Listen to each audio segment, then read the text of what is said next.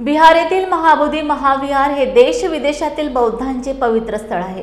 हे महाविहार ब्राह्मणांच्या ताब्यात असून महाबोधी महाविहार मुक्तीसाठी बऱ्याच वर्षांपासून संघर्ष सुरू आहे। महाबोधी महाविहार मुक्तीसाठी देशभरात आंदोलन सुरू असून भारतीय बौद्ध महासभेचे राष्ट्रीय अध्यक्ष भीमरावजी आंबेडकर यांच्या नेतृत्वात आज मुंबई बांद्रा येथील जिल्हाधिकारी कार्यालयासमोर धरणे आंदोलन करण्यात आले। बौद्धगया येथील महाबोधी महाविहार 1949चा व्यवस्थापन कायदा रद्द करण्यात यावा। महाबोधी महाविहाराचे नियंत्रण संपूर्ण व्यवस्थापन हे बौद्धांच्या हाती देण्यात यावे, या प्रमुख मागणीचे निवेदन जिल्हाधिकारी यांना देण्यात आले। यावेळी भारतीय बौद्ध महासभा, वंचित बहुजन आघाडी आणि समता सैनिक दलाचे सैनिक व बौद्ध समाज बांधव मोठ्या संख्येने उपस्थित होते।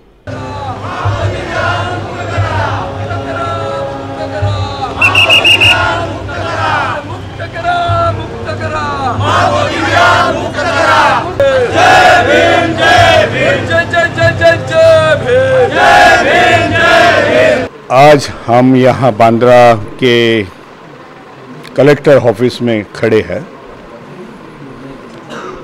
जो महाबोधि विहार का मसला चल रहा है निषेधों का, जो महाबोधि विहार वो बौद्धों के हाथों में आना चाहिए, उसकी व्यवस्था, वहाँ जो घुसखोरी हुई है, एनक्रोचमेंट हुआ है, उस पर जिन्होंने कब्ज़ा किया है उनको वहाँ से हकाल डालो और पूरा का पूरा प्रशासन, उसका व्यवस्था ये बौद्धों के हाथों में दे। ये मसला चल रहा है। ये खाली बम्बई में नहीं तो पूरे आज देश भर में इस प्रकार का माहौल है, निषेध का माहौल है। हम लोग सरकार का निषेध कर रहे हैं, केंद्र का सरकार होए, बिहार सरकार होए, यहाँ की व्यवस्था का हम लोग निषेध कर रहे हैं, क्योंकि जो बौद्धों की धरोहर है वो बौद्धों को मिलना चाहिए। ये नेचुरल जस्टिस है। ये आवाज़ उठाने के लिए आज हम लोग यहाँ बांद्रा में कलेक्टर के माध्यम आगे यहाँ हम लोग ने निवेदन दिया। निवेदन के माध्यम से ये प्राइम मिनिस्टर तक, प्रेसिडेंट तक पहुँचाने का हम लोग ने उनको मांग की है और एक माहौल तैयार किया है पूरा देश में। आने वाले समय में ये जो आंदोलन का दौर चल रहा है, निषेध का दौर चल रहा है, हमारे हाथों में लेना बौद्ध विहार का जो दौर चल रहा है वो इससे ज़्यादा बढ़ेगा। हमारे साथ कई लोग, कई समाज, जो ओबीसी के समाज है, वंचित के समाज है देश में, वो सब हमारे साथ अभी खड़े रहने वाले हैं। जो 15-16 कंट्रीज़ है, बौद्ध कंट्रीज़ है, वहाँ से अभी सपोर्ट का लेटर आ रहा है। जो हमारे भाई बहन यूरोप में बैठे हुए हैं, जो बौद्ध धर्मी हैं, बाबा साहब को मानने वाले हैं, उनका सपोर्ट है। हम लोग दिखाना चाहता है कि देश में 2014 के बाद इस माइनॉरिटी जो समाज है देश में, उस पर एट्रोसिटी, उस पर अन्याय, अत्याचार ज़्यादा बढ़ रहे हैं। वो हम पूरे देश को, पूरे दुनिया को दिखाने की कोशिश कर रहे हैं और समझता है कि आने वाले समय में हम लोग जो जंग छेड़ा है वो जंग हम लोग यशस्वी करेंगे। इसका अगला पड़ाव क्या रहेगा आंदोलन का? इसका अगला पड़ाव हमारा ये है, हम लोगों ने पार्लियामेंट में मेंबर ऑफ पार्लियामेंट जो हमारे समाज के हैं, बाबा साहब को मानने वाले, बहुजन विचारधारों से है, बहुजन महापुरुषों की विचारधारों पर चलने वाले मेंबर ऑफ पार्लियामेंट है, उनको हम लोग से मीटिंग चल रही है। आने वाले समय में जो दूसरा सदर पार्लियामेंट का शुरू हो रहा है, वहाँ हम लोग के ये नेतागण मेंबर ऑफ पार्लियामेंट में ये इशू उठाएंगे और देश भर में इसका इशू जाएगा। पिछड़े समाज के लॉ मिनिस्टर मेघवाल जी है, आने वाले समय में यदि जरूरत पड़े तो उनका आप इस्तीफा मांगेंगे? हम लोग उससे भी आने वाले समय में मिलने वाले हैं। हम लोग इस्तीफा नहीं मांगेंगे उनका, लेकिन भाई ये जो न्याय की बात है वो न्याय की बात होनी चाहिए। संविधान पर राज चल रहा है। संविधान डॉक्टर बाबा साहब अम्बेडकर ने लिखा है, सभी को समान न्याय की व्यवस्था है, राइट टू रिलीजन है, सेक्शन 25 है। उस ज़माने में चलने की मैं इस सरकार को बात रखूंगा मेरी कि उस संविधान पर ये सरकार चले।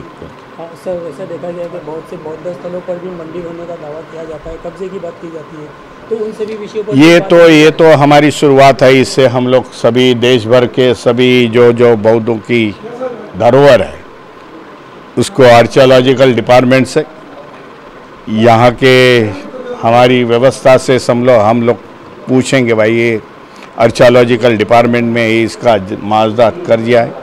माइनॉरिटीज़ का सभी धर्मों का माइनॉरिटीज़ का एक कमेटी गठित किया है और कौन कौन किधर किधर घुसा हुआ है, किधर किधर एनक्रोचमेंट हुआ है, वो निकालने की कोशिश हम लोग करेंगे, आवाज़ उठा देंगे। 18-19 तारीख को जो निश्चित सभा है सर, आप उसमें शामिल? मैं 18-19 को जा रहा हूँ। मैं उत्तर प्रदेश से, बिहार से ज़्यादा लोग वहाँ आएंगे, 10,000 के ज़्यादा लोग आएंगे और एक बड़ा ऐलान करेंगे वहाँ कि बुद्ध गए में। यह हमारी मांग है। जय भीम, नमो बुद्धाय।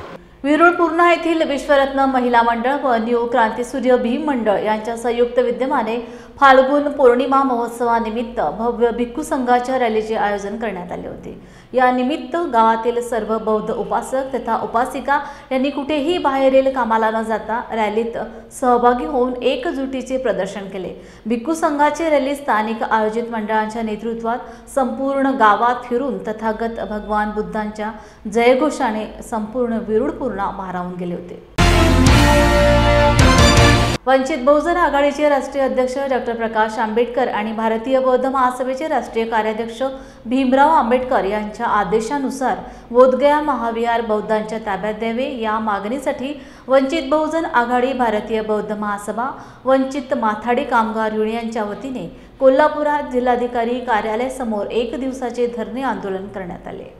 बदल दो, राज बदल दो, बेमानो का राज बदल दो, महाकरुणी तथागत गौतम बुद्धांचा येसो, महाकरुणी तथागत गौतम बुद्धांचा येसो, देवांगो देवांगो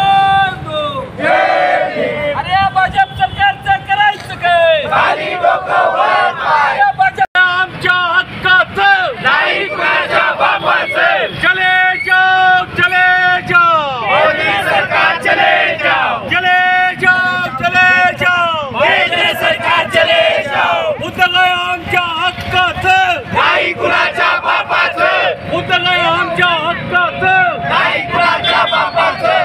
आज बुद्धगया बनते सिरीसारो कर्जत बुद्धगया मुक्ती आंदोलन पूर्ण देशभर चालू आहे आणि त्या आंदोलनाला पाठिंबा देण्यासाठी जे बहुसंख्येनं भीम अनुयायी ते उपासिक उपासिका किंवा भीम अनुयायी इथे जमले आहेत, त्यांना सर्वांना मी मंगलकामना देतो की बुद्धगया मुक्ती आंदोलन हे झालंच पाहिजे आणि पूर्ण जगभरातून प्रतिसाद मिळत आहे। परवाच 500 भिक्खू, थायलंडचे 500 भिक्खू प्रायव्हेट विमानानं बुद्धगयाला आलेले आहेत आणि पूर्ण जगात युनोनं त्याची दखल घेतली आहे। आणि तुम्ही जर आता नाही शहाणा झाला तर इथून पुढच्या परिणाम भोगावा लागेल। परदेशात गेल्यानंतर तुम्ही बुद्धाच्या भूमीतून आलो म्हणता आणि इथं तुम्ही सगळ्या बुद्धांच्या पवित्र स्थळावरती कब्जा करून तिथं तुम्ही सिंदूर माकून हिंदूंची मंदिरं मनोवादी ही ब्राह्मणवादी व्यवस्था निर्माण करताय, तर याला आळा बसला पाहिजे आणि बुद्धाची पवित्र स्थळं ही आमच्या ताब्यात बौद्ध भिक्खूच्या ताब्यात मिळाली पाहिजे। आणि जिथं बौद्ध भिक्खू आहे तिथं बाकीच्यांचं काय काम आहे? आम्ही तुमच्या मंदिरातला हक्क मागत नाही, पण आमचं जे पवित्र स्थळ आहे ते आम्हाला मिळावं एवढी सर्वांना विनंती करतो आणि आम्हाला ते ताब्यात मिळावं यासाठी आम्ही उग्रपणे आंदोलन करायचं मागं पुढे बघणार नाही। याची सर्वांनी दखल घ्यावी आणि आमच्या आंदोलनाचा विचार करून ते आम्हाला ताब्यात मिळावं असं मी शासनाला विनंती करतो।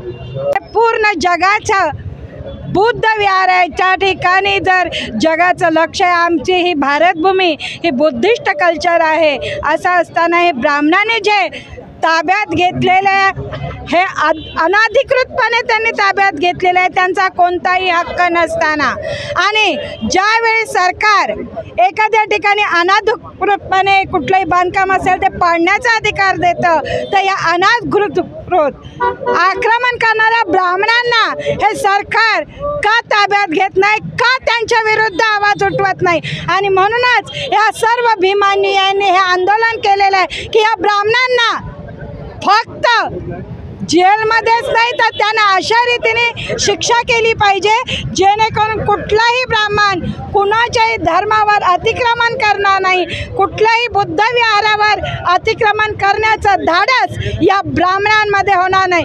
इतकंच नाही, बुद्ध गया सोडूनच अनेक लेण्यांवर या ब्राह्मणांनी कब्जा केलेला आहे. अनेक ठिकाणी यांचा जो कब्जा आहे तो त्यांनी हटवला पाहिजे आणि नाहीतर या ब्राह्मणशाहीला दडपण्याशाही ती आमचे सर्व बुद्ध अनुयायी फक्त भारतातच नव्हे तर जगभरात पसरलेले बुद्ध अनुयायी या ठिकाणी येत आहेत. आज जर बघितलं तर अनेक दिवसापासून तरीपर्यंत ते आज जर आमची मागणी मान्य नाही झाली तर केंद्र सरकारचं तख्त हलवल्याशिवाय आम्ही राहणार नाही.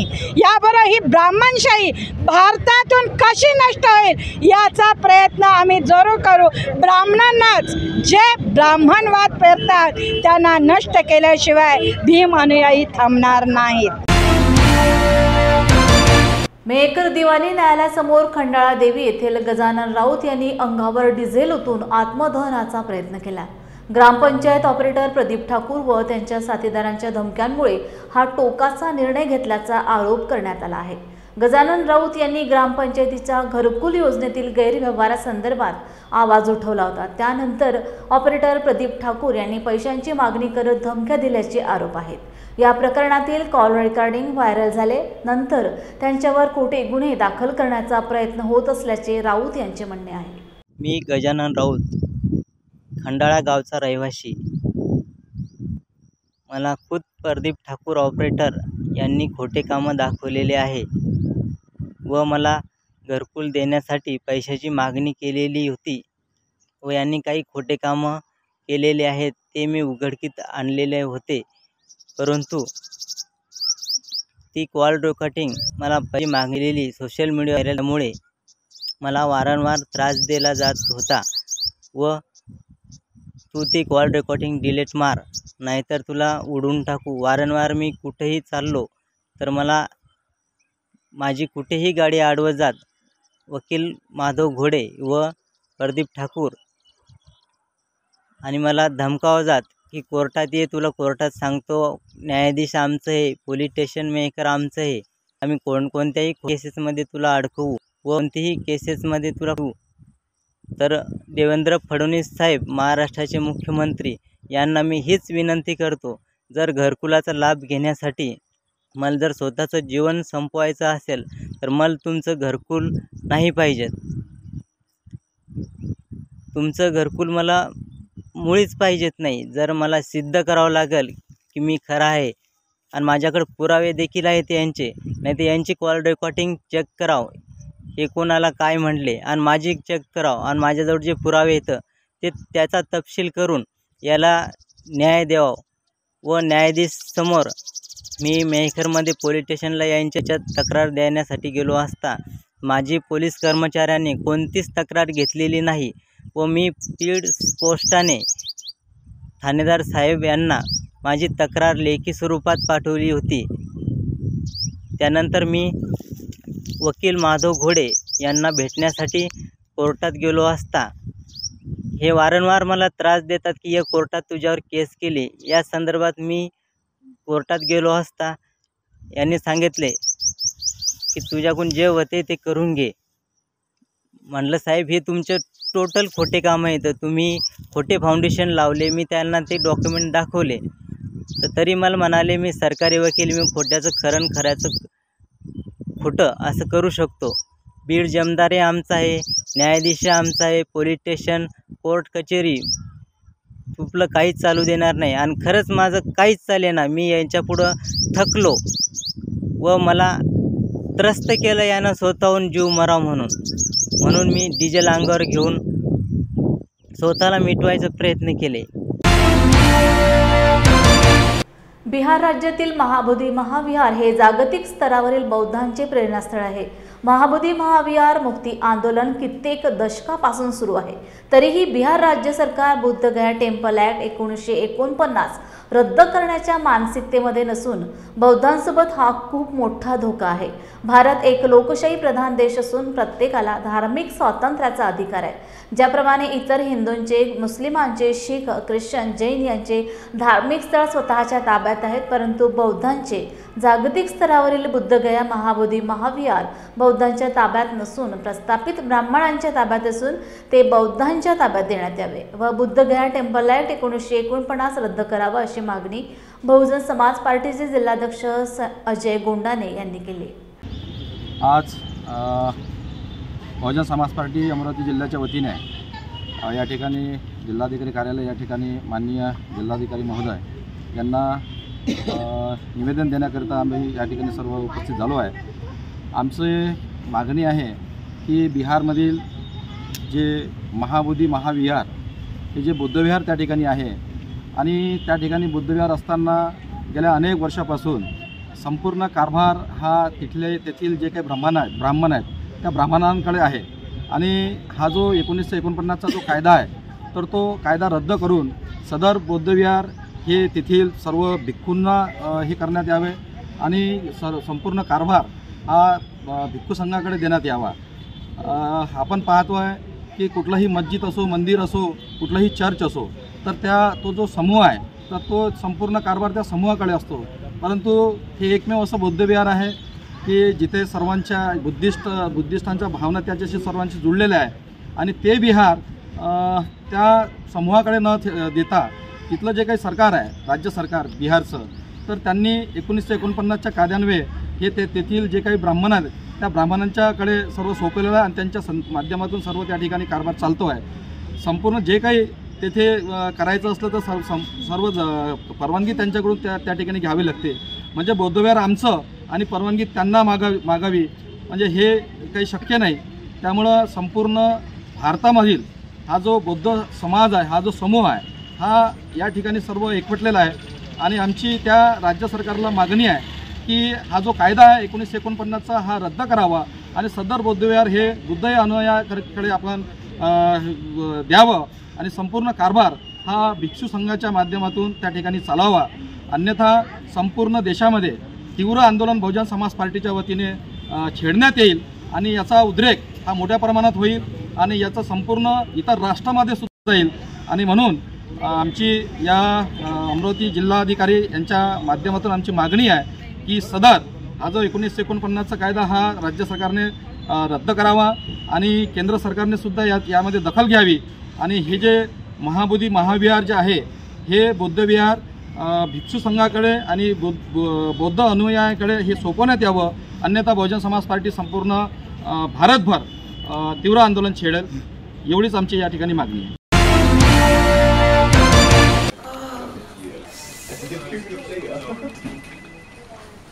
बॉस ने मीटिंग बुलाई. क्या यार, आदमी की तकलीफ को तो समझो. बाहर बाहर उठो बैठो. जनाब, तकलीफ उठने बैठने की नहीं, तकलीफ बवासीर की है. बवासीर, फिशर, भगंदर, पाइलोनियल साइंस का आयुर्वेद तथा आधुनिक लेजर से उपचार. अभ्युदय पाइल्स लेजर हॉस्पिटल, लोहार समाज भवन के पीछे, महापुष्प सोसाइटी, शताब्दी नगर चौक से मनीष नगर रोड, नागपुर. कॉल और विजिट करें www.pilesfistulacure.com. मंडळी, तुम्हाला फॅमिली सोबत चांगली वन डे पिकनिक करायची आहे का? मग आजच भेट द्या सातपुड्याच्या पर्वत रांगेत कोल्हार प्रकल्पाच्या पायथ्याशी निसर्गाच्या कुशीत वसलेलं श्याम लीला टुरिझम अँड रिसॉर्टला. पारंपरिक शेतकी संस्कृती आणि नाविन्यपूर्ण सेवा सुविधांचा अनोखा संगम. प्रशस्त फळबाग व शिवार फेरी. मुलांना एन्जॉय करण्यासाठी प्ले एरिया, विविध खेळ, स्विमिंग पूल, रेन डान्स, सेल्फी पॉइंट आणि बरंच काही. नाश्ता आणि चुलीवरील व्हेज नॉन व्हेज जेवणाचा आस्वाद. राहण्याचीही उत्तम व्यवस्था. वन डे पॅकेज 699 पासून सुरू. लग्न, रिसेप्शन, वाढदिवस यासाठी देखील स्वतंत्र व्यवस्था करून मिळेल. अल्पावधीतच लोकप्रिय झालेले कृषी पर्यटन स्थळ श्याम लीला ॲग्रो टुरिझम अँड रिसॉर्ट. बुकिंगसाठी संपर्क मुक्काम तेलंखेडी, नवनाथ आश्रमाजवळ पांढुर्णा रोड, तालुका सावनेर, जिल्हा नागपूर. मोबाईल 7276366752 किंवा 9021433560. वंचित बहुजन आघाडीचे अध्यक्ष ॲडव्होकेट प्रकाश आंबेडकर व भारतीय बौद्ध महासभेचे कार्य अध्यक्ष भीमराव आंबेडकर यांच्या आदेशानुसार संपूर्ण राज्यात एकदिवसीय धरणे आंदोलन करण्यात आले. त्या निमित्ताने आज बुलढाणा जिल्ह्यातील खामगाव शहरात भारतीय बौद्ध महासभा व वंचित बहुजन आघाडीच्या वतीने एकदिवसीय धरणे आंदोलन करून उपविभागीय अधिकारी यांना निवेदन देण्यात आले. महाबोधी महाविहार ब्राह्मणांच्या तावडीतून मुक्त करा यामागील 26 दिवसांपासून सुरू असलेले आंदोलन सरकारकडून दडपण्याचा प्रयत्न होत आहे.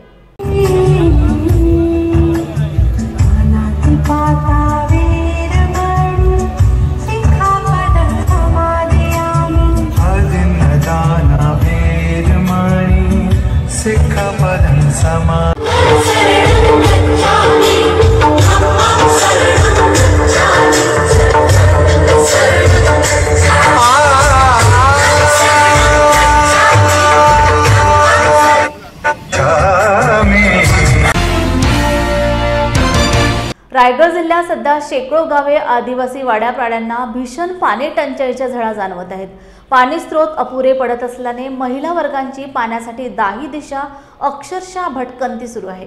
पाण्यासाठी ठिकठिकाणी आंदोलने केली जात आहेत. रोह्यातील कुंडलिका नदी परिसरालगतच्या तीरावरील उजव्या व डाव्या बाजूची 26 गावे पिण्याच्या पाण्यासाठी पराकोटीचा संघर्ष करीत आहेत. पिण्याच्या पाण्यासाठी महिला आंदोलक आक्रमक झाले आहेत. महिला रणरागिणींनी पाणी पेटवलंय. संतप्त महिलांनी प्रशासनाला जाब विचारलाय. आम्हाला पाण्यापासून वंचित ठेवण्यात आलंय. याला जबाबदार कोण? कोट्यवधींचा निधी येतो जातो, मात्र प्रशासनाकडे वारंवार अर्ज विनंत्या करून केराची टोपली दाखवली जाते.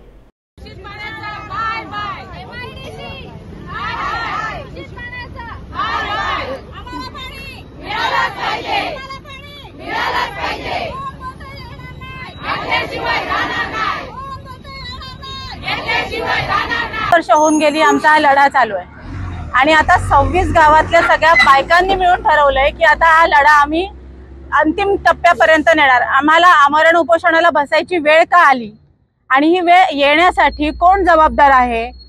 आम्ही कितीतरी वेळेस त्यांना आवेदनं दिली, पत्र दिली, स्वतः जाऊन भेटलो, पण एकाही आमच्या निवेदनाला या आपल्या प्रशासनानं कुठल्याही बाबतीमध्ये उत्तर दिलेलं नाहीये. एकदा झालं, दोनदा झालं, आम्ही जवळजवळ 4 महिने त्याच्या मागे पाठपुरावा करतोय. बरं, त्यामागे पैसा खर्च होत नाहीये का? असंही नाही. आतापर्यंत जवळजवळ अख्ख्या तालुक्यामध्ये म्हणाल ना 250 ते 300 कोटी रुपये खर्च झालेले आहेत. मग हे पैसे कोणाचे आहेत? हे आमच्या सर्वसामान्य जनतेचेच आहेत ना. आम्ही जो टॅक्स भरतो तोच टॅक्स इथे वापरला जातोय. मग या टॅक्स मागे जर पैसे वापरले जात आहेत, पाण्यासारख्या मूलभूत गोष्टीवरती जर आम्हाला न्याय मिळत नसेल, गावागावामधल्या बायकांच्या डोक्यावरचा हंडा जर उतरत नसेल, तर आम्ही न्याय मागू नये का? आणि मागायचं तर कोणाकडे? किती वेळेस गेलो तरी ते उत्तर द्यायला तयार नाहीयेत. प्रशासन जबाबदारी घेणार आहे का नाही? प्रत्येक वेळेस ह्याने त्याच्याकडे बोट दाखवायचं, त्याने याच्याकडे बोट दाखवायचं. MIDC म्हणते MGP कडे जा, MGP म्हणते MIDC कडे जा.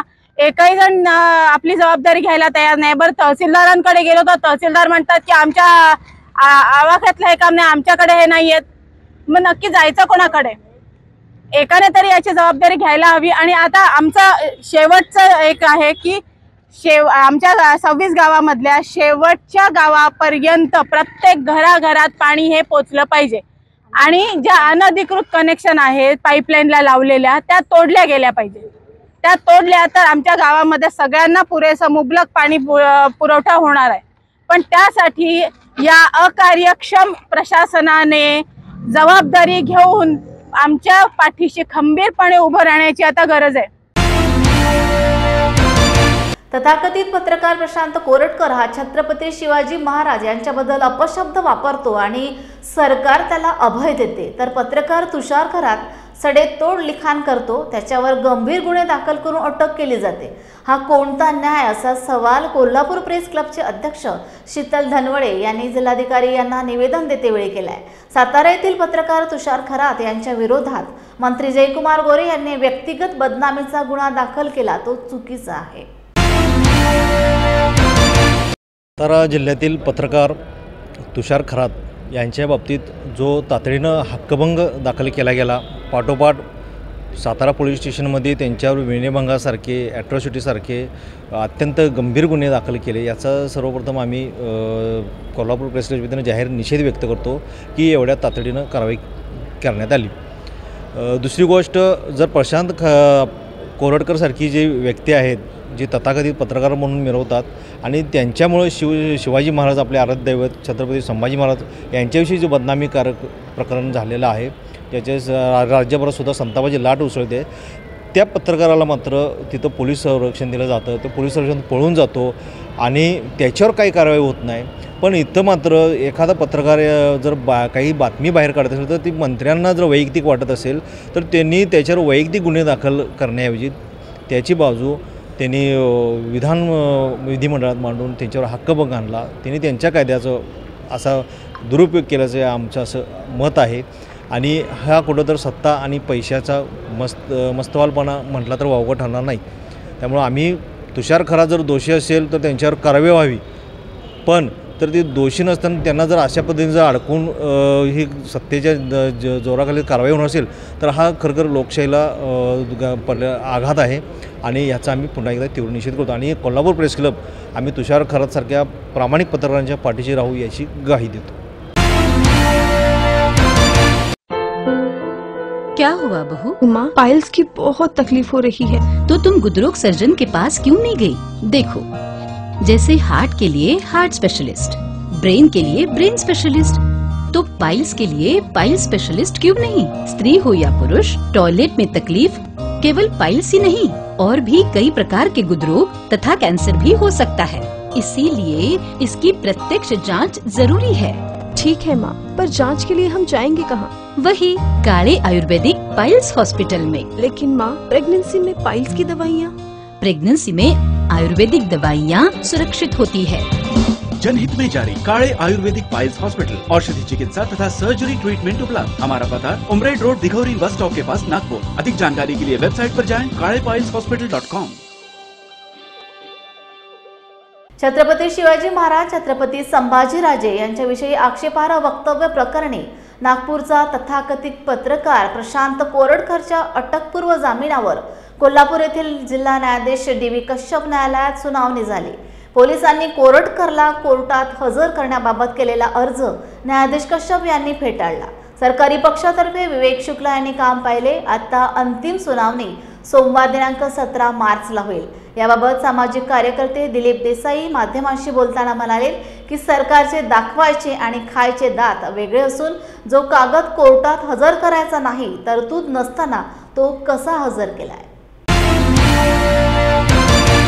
आहे की सरकारनं ज्या काल सरकारच्या वतीनं माननीय न्यायालयाला जे पत्र दिलं ही तरतूदच नाही।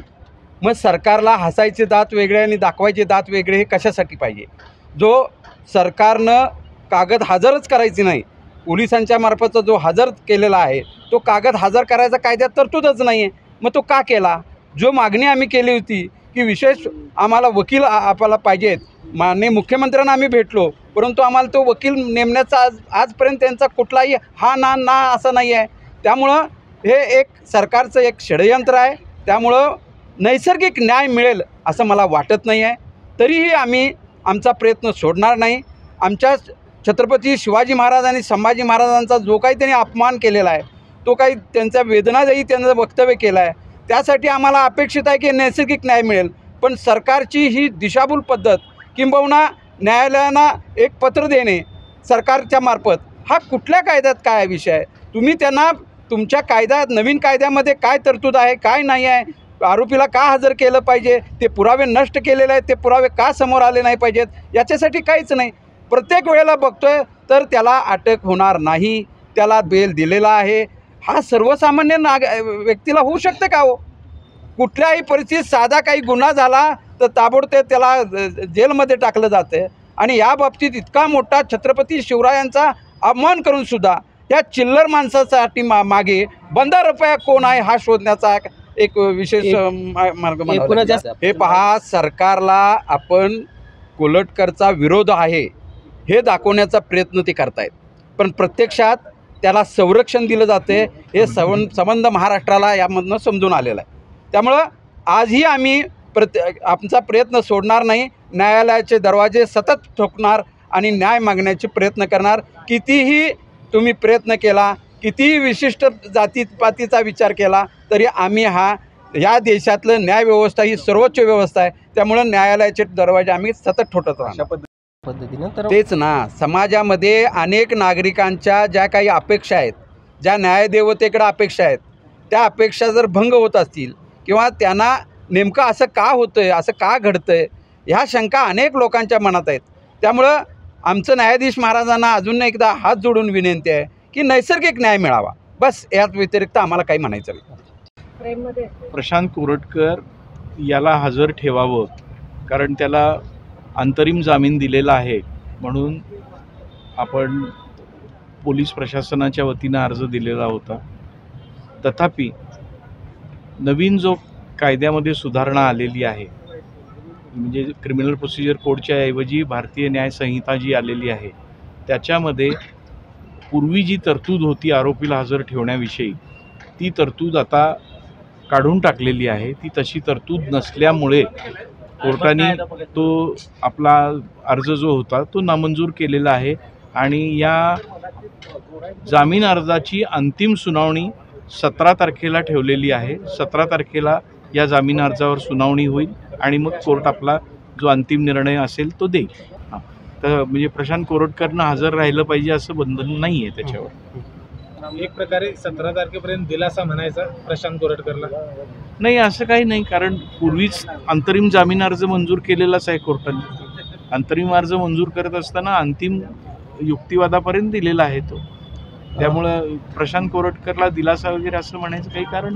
व्हॉइस सॅम्पल घ्यायचे आहेत किंवा अन्य काही कारणं ताब्यात घेण्यासंदर्भात पोलिसांनी हे सांगितलेलं होतं, मात्र आता ह्या निकालामुळे काय तपासावर परिणाम होण्याची शक्यता नाही. कारण 17 तारखेला जर अंतिम युक्तिवाद झाल्यानंतर कोर्ट त्याच्याविषयी निर्णय घेऊ शकतं आणि त्याच्यामध्ये जर व्हॉइस सॅम्पल घेण्यासाठी कधीही घेऊ शकतो आपण. त्याच्यासाठी काय कशाचीच हे नाही आहे. त्यामुळं तपासावरती त्याचा काही परिणाम होण्याचं कारण नाही आहे. फक्त त्याचा जो मोबाईल डेटा डिलीट केलेला आहे त्याविषयी काय करायचं हे प्रगत तंत्रज्ञानाच्या आधारे विचार करता येईल. पण पाहूया आता पुढं काय अंतिम निर्णय काय व्हायचा तो न्यायालयाचं डिस्क्रिशन आहे, न्यायालय ठरवेल. काल बुद्धगया महाबोधी महाविहार ॲक्ट 1949 त्वरित रद्द करण्यात यावा. महाबोधी महाविहार हे बौद्ध भिक्खूंच्या ताब्यात देण्यात यावे. यावर इतर अन्य 11 मागण्यांकरता वंचित बहुजन आघाडी नांदेडच्या वतीने आज जिल्हाधिकारी कार्यालयावर हजारो बौद्ध अनुयायांच्या उपस्थितीत एल्गार मोर्चा काढण्यात आला. महात्मा फुले व सावित्रीबाई फुले यांच्या पुतळ्यापासून निघालेला हा एल्गार मोर्चा शिवाजीनगर मार्गे जिल्हाधिकारी कार्यालयावर धडकला. मोर्चाचे रूपांतर सभेत झाल्यानंतर जिल्हाध्यक्ष राजेश्वर हत्तीअंबेरे पालमकर यांच्या नेतृत्वात शिष्टमंडळाच्या वतीने आपल्या मागण्यांचे निवेदन जिल्हाधिकाऱ्यांना देण्यात आले.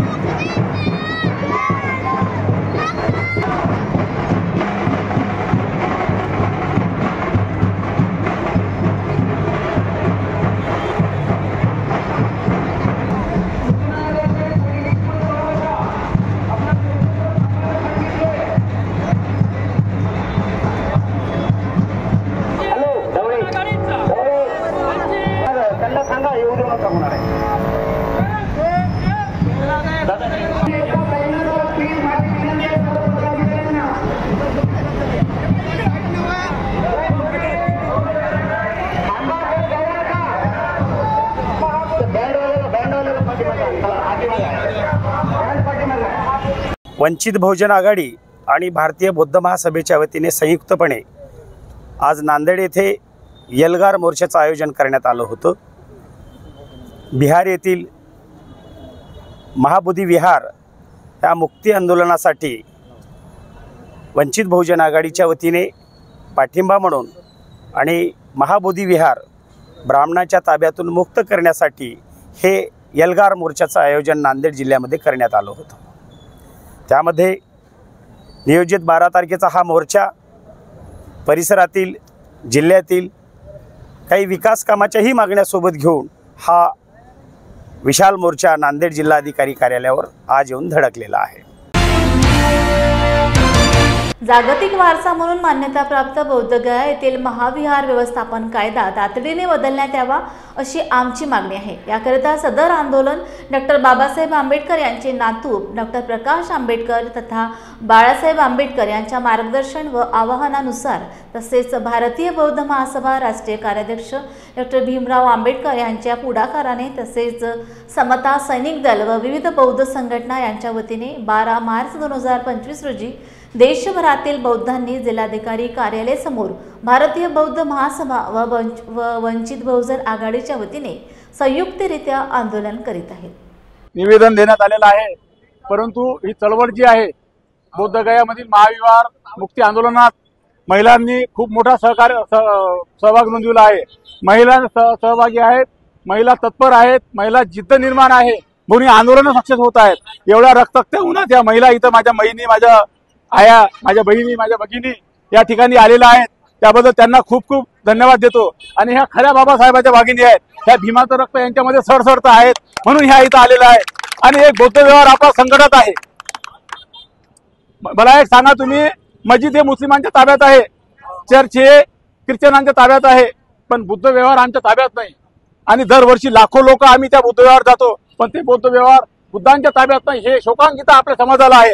या भारत देशामध्ये जेवढेही बुद्ध राहतात त्यांना एक लाज वाटायला पाहिजे की आपण त्यासाठी आता रस्त्यावर आलो पाहिजे। त्या लोकांनी जसे तुम्ही रस्त्यावर आले, आपण सर्व लोक रस्त्यावर आलो, या रक्ताच्या गुन्हात आपण या ठिकाणी जमलो, तसे त्या लोकांनी सुद्धा यायला पाहिजे। या पुढे सुद्धा जेव्हा जेव्हा श्रद्धे बाळासाहेब आंबेडकर, श्रद्धे भीमराव साहेब आंबेडकर, श्रद्धे अण्णासाहेब आंबेडकर जेव्हा जेव्हा आपल्याला आदेश देतील, जेव्हा जेव्हा आपल्या हक्कासाठी ते आपल्याला म्हणतील, तेव्हा आपण सर्व या ठिकाणी रस्त्यावरची लढाई आपण लढू। या ठिकाणी मी गावी देतो, तुमच्यातर्फे मी गावी देतो। तुम्ही सर्व भगिनी या ठिकाणी आलात, या रक्ताच्या उन्हात या आंदोलनामध्ये मोठा सहभाग नोंदवला आणि हे आंदोलन आपलं यशस्वी केलं आणि मोठं केलं। त्यापेक्षाही उग्र स्वरूपाचं आंदोलन आपण भविष्यात करू। त्या ठिकाणी कर्मकांड होत आहेत, ज्या ठिकाणी भगवान बुद्धाला कर्मकांड आवडत नाहीत त्या ठिकाणी कर्मकांड होत आहेत, बुवाबाजी होत आहे। ते बुवाबाजी संपवण्यासाठी आपण ते बौद्ध व्यवहार आमच्या बुद्ध जनाच्या ताब्यात असलं पाहिजे। या ठिकाणी आंदोलन आपण केलेलं आहे, एवढं या ठिकाणी सांगतो। तुमच्या सर्वांना धन्यवाद देतो। या पोलीस प्रशासनाने सर्वांनी शांततेत या ठिकाणी सहकार्य केलं आणि सर्व लोक मोठ्या संख्येने तुम्ही उपस्थित झालात, त्याबद्दल सर्वांना धन्यवाद देतो आणि थांबतो। जय भीम इंडियाच्या बातमीपत्रात वेळ झाली येथेच थांबण्याची। पुन्हा भेटूया ताजा घडामोडी घेऊन। जय भीम। आप देख रहे हैं लॉर्ड बुद्धा टीवी।